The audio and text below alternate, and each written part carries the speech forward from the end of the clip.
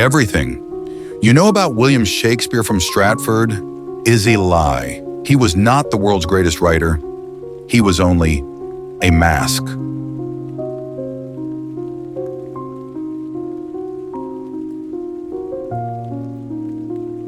The true genius behind those immortal plays and poems was someone else, a man who supposedly died too young, Christopher Marlowe.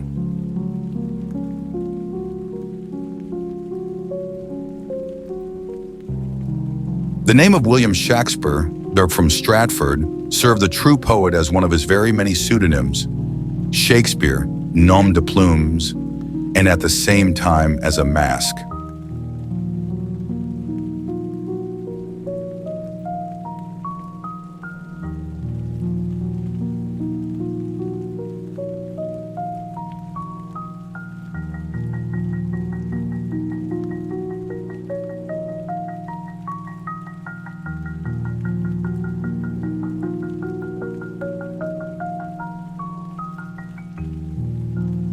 How could a man with almost no formal education, no foreign travel, and no trace of a library suddenly produce the greatest works of world literature?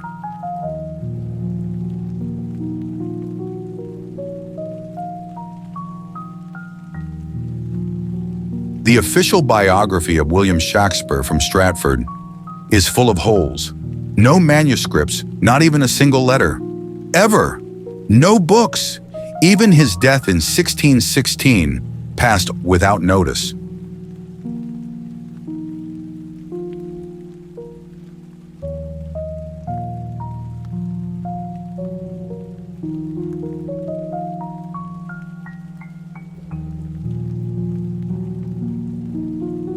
Believe it or not, there was a man who had it all. Christopher Marlowe, Cambridge educated, master of Latin and Greek, French and Italian, bold traveler, poet and playwright genius, secret agent.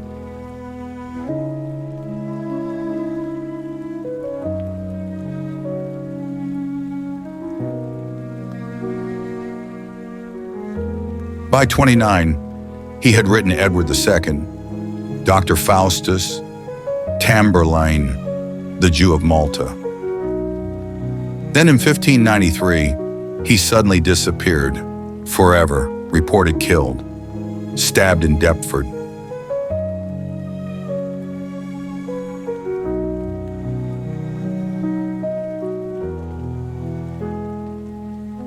But the story doesn't add up. The witnesses were spies, the inquest, rushed, no burial. And only weeks later, the name Shakespeare appeared for the very first time. The voice was the same, the genius identical, but the mask had changed. Now let's turn to some of the most compelling evidence, the key points that begin to unveil the truth that Christopher Marlowe and the true Shakespeare were one and the same.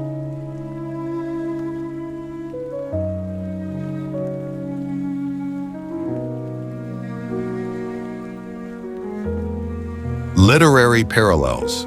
Early Shakespeare sounds like Marlowe. Same rhythm, same daring themes, even same lines, echoing Marlowe's words. Marlowe, Hero, and Leander. Whoever loved that loved not at first sight? Shakespeare as you'll like it. Whoever loved that loved not at first sight?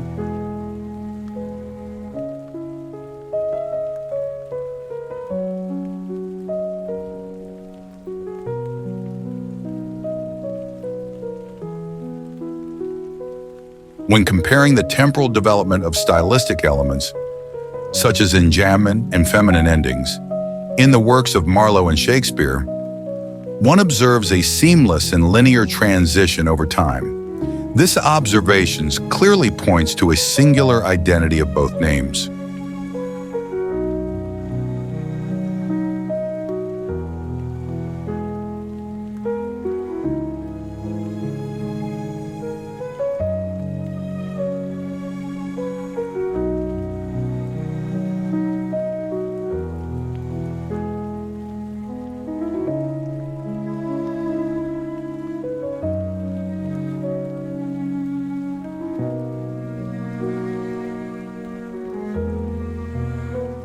You should consider that the most authentic, only existing contemporary depiction of William Shakespeare from Stratford, created anytime between 1617 and 1624, shortly after the Stratfordman's death in 1616, was this bust erected in the Trinity Church in Stratford.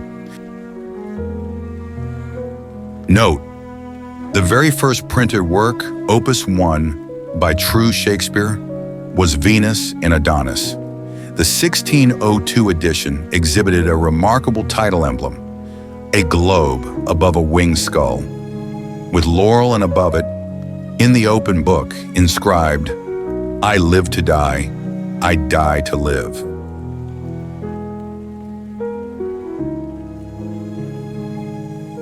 The 1602 emblem functions as a visual cipher of Marlowe's survival. It transforms the pious Christian paradox of dying to live into an autobiographic one. Marlowe's fake death becomes the condition of his poetic resurrection, where the orthodox eye sees a commonplace, the Marlovian eye sees a signature. The emblem silently declares what no title page could ever state.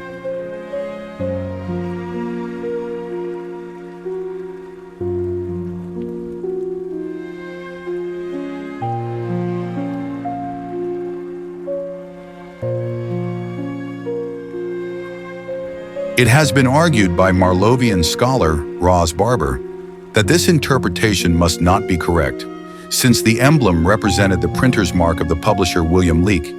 He also used for several other alleged poets and their books of the time, such as those by Robert Southwell, John Lyly, Anthony Munday, Leonard Wright, Henry Smith. However, it should be noted that the emblem, clearly derived from the Hungarian János Zamboki, Latin Sambucus, in Antwerp 1564, was used for the first time by true Shakespeare in the 1602 edition of Venus and Adonis, and B, that the textual content of most of these poets strongly supports the idea of Marlowe's multi-pseudonymity, even though this might seem utterly unimaginable.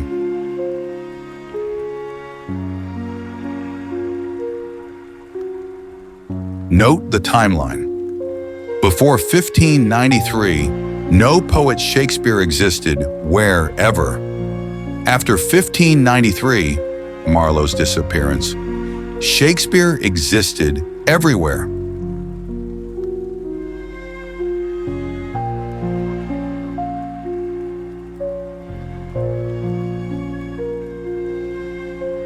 Marlowe in 1593 had any reason to hide. As an agent of the crown, accused of high treason, more than heresy, his deadly threatened life was at highest risk. He was forced to publish under masks. Shakespeare was, from today's point of view, the most important one. However,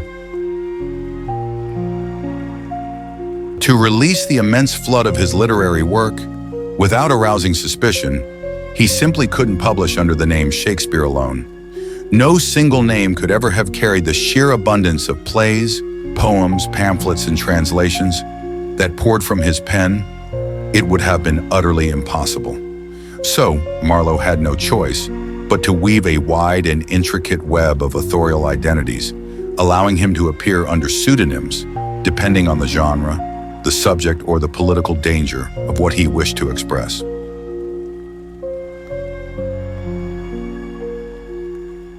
From the almost inconceivable number of pseudonyms, only the most important and striking ones shall be highlighted here: Drayton, Barnfield, Wither, Haywood, Davies, Breton, Markham, Bass, Munday Taylor.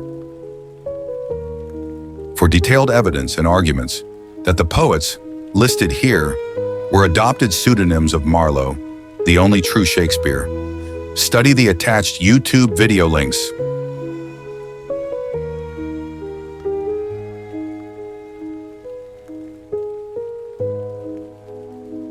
The fact that countless textual and contextual, historical, and other inconsistencies in the Shakespeare canon have demanded explanation has fatally driven scholars to devise, or accept, largely implausible, unsubstantiated, and even grotesque theories that the true authorial singular genius behind the Shakespeare plays could ever have needed to collaborate with so many fellow poets on his own plays.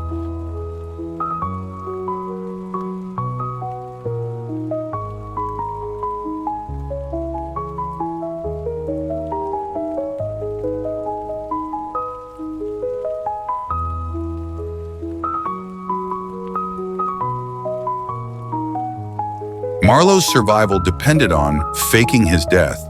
To live on, he had to conceal himself behind an ingenious but almost unimaginable array of pseudonyms.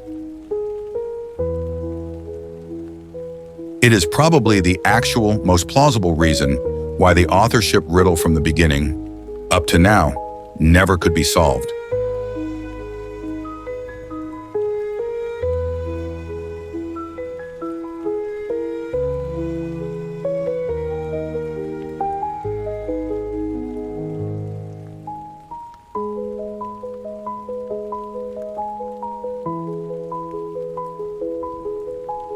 Marlowe, alias Shakespeare, was a towering, solitary genius.